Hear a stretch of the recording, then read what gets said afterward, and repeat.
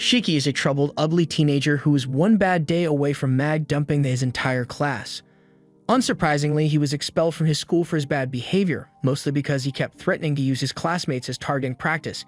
He tries to act like he doesn't care about the fact that he got expelled, but honestly, with the way his life is going right now, he knows he's probably going to be stuck flipping burgers at Mickey D's for the rest of his life.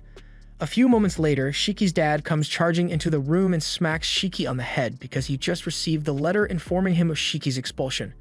He can't believe Shiki went and got himself expelled from school like that, and he's so mad that he tries to smack Shiki again, but Shiki already adapted to the attack pattern, so he dodges and jumps back onto his bed. His dad calms himself down after that, but he still wants an explanation from Shiki because he wants to know why he was expelled. He also wants to know how Shiki managed to get all the guns he keeps in his room because having this stuff isn't cheap or legal for that matter.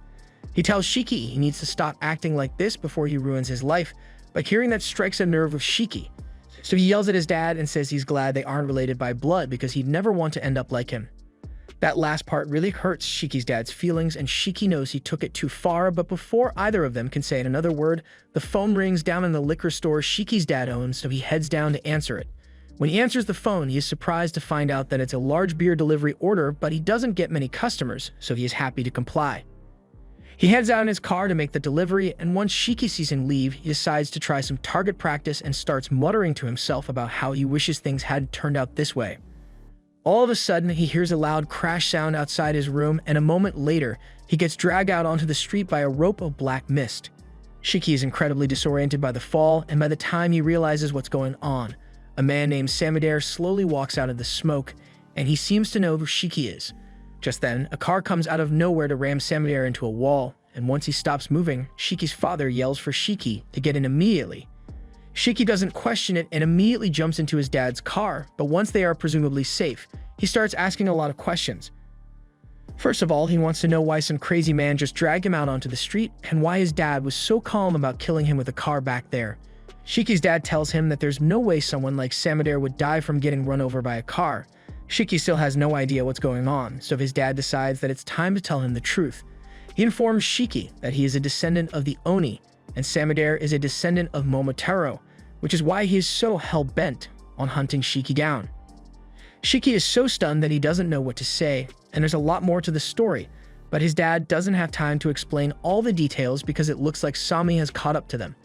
Black mist begins to surround the car, and it begins to break down, so Shiki's dad is forced to drive into a nearby abandoned factory so they can get out. After getting out, Shiki turns back and sees the car covered in that strange black mist from before, but before he can ask what that stuff is, the car goes up in a massive ball of flames. In all the chaos, Shiki's dad takes his eyes off Shiki for a second, and in that short time frame, Shiki's butt was kidnapped by the Samudare. Inside the warehouse, Samudare uses his black mist to restrain Shiki in the air. When he is asked why he is doing this, all he has to say is that all who possess Oni blood are nothing more than pests to be exterminated. Samudare is about to execute Shiki once and for all, but before that could happen, Shiki's dad shows up to stop him. As he walks in, he explains that all the legends of Momotaro and the Oni are true, and the battle has been raging on for millennia now.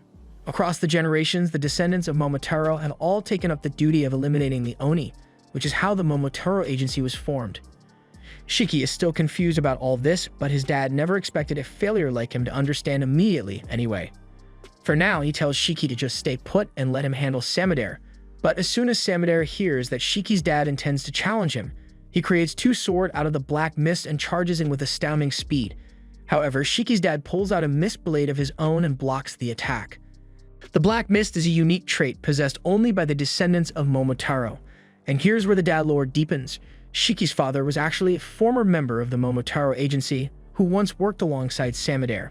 His name used to be Tsuyoshi Momotogawa, however, he left that life behind a long time ago so he could raise Shiki away from the agency's eyes, but unfortunately he couldn't keep Shiki hidden forever. Samudare asks Tsuyoshi if he has forgotten just how dangerous Oni truly are, but Tsuyoshi doesn't want to talk about it. All he wants to do is protect Shiki. Tsuyoshi puts up a good fight against Samudare, but Sami eventually catches him lacking, and in an instant, Tsuyoshi's chest is cut open. He falls to the ground unconscious, and Shiki is horrified by what he just witnessed.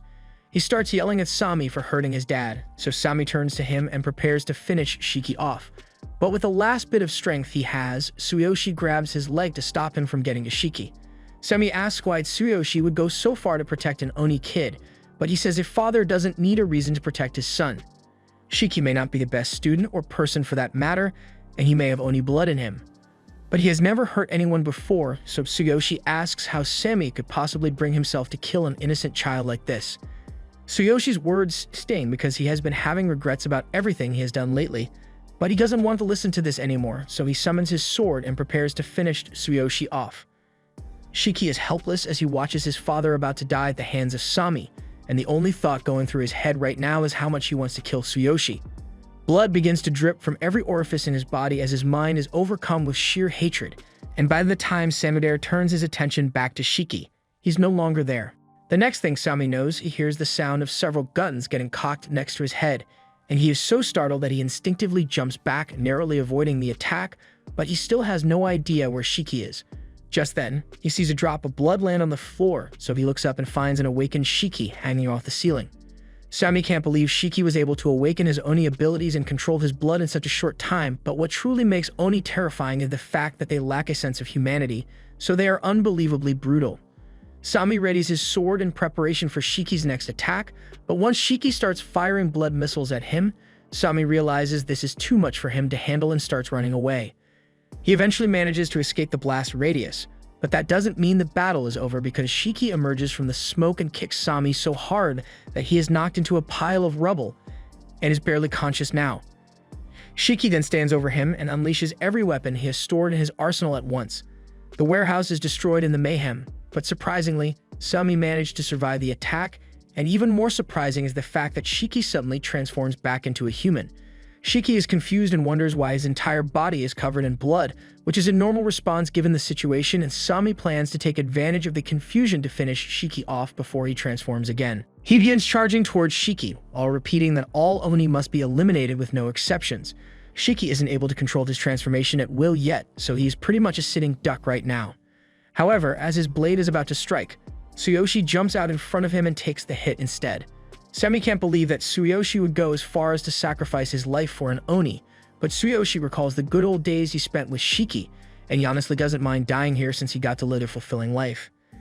Samudera has grown tired of this fight, and all the destruction they cause is starting to draw the attention of the crowd, so since the Momotaro agency must remain secret, Samudera withdraws for now and fades away into a mass of black mist.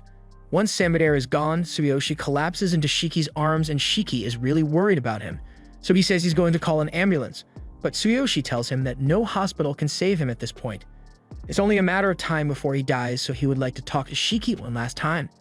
First of all, he apologizes for keeping the truth from him all this time, but it's not exactly an easy topic to bring up in conversation. Unfortunately, he won't be here much longer, so he can't offer much in the way of support, but he tells Shiki to make sure he gets stronger in the future so he can beat both the Momotaro group and Oni so he can live a truly free life. Shiki yells at his dad for talking as if he has already died because he doesn't plan on letting that happen. He begins carrying Tsuyoshi to the hospital, and seeing Shiki show so much concern for him puts a smile on Tsuyoshi's face. But his wounds are way too severe, so after taking a few steps, Tsuyoshi loses all strength in his body and collapses to the floor. Shiki desperately begs his father to get up because he still hasn't gotten a chance to apologize and make up for all the hurtful things he said about him this morning, but it's already too late because Tsuyoshi is gone. Shiki sits there for a moment and cries over his dad's corpse, but all of a sudden, someone rolls up behind him and says he can't stay here because there will be too many witnesses. Shiki is startled, so he prepares for another fight, but before he could even turn around, he gets chopped in the neck and is knocked out instantly. It takes a lot of skill to be able to sneak up on someone with roller skates on, so Shiki clearly never stood a chance against him to begin with.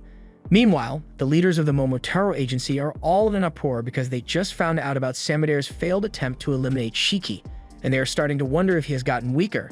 But given the situation, they can't blame him for withdrawing since they can't let the public find out about their existence. However, they also don't want the public to become aware of the existence of Oni, so they plan to kill Shiki as soon as they can get their hands on him. However, that's going to be nearly impossible now because after getting knocked out, he was taken to a remote island in the middle of nowhere, and the idea is to enroll Shiki in a school full of half-Onis just like him so he can train his abilities properly. But before that, NATO is going to need to do a thorough evaluation to find out whether Shiki is going to be useful or not, and I can already tell that it's not going to be a fun experience. This was the end of episode 1. Subscribe to not miss the next part.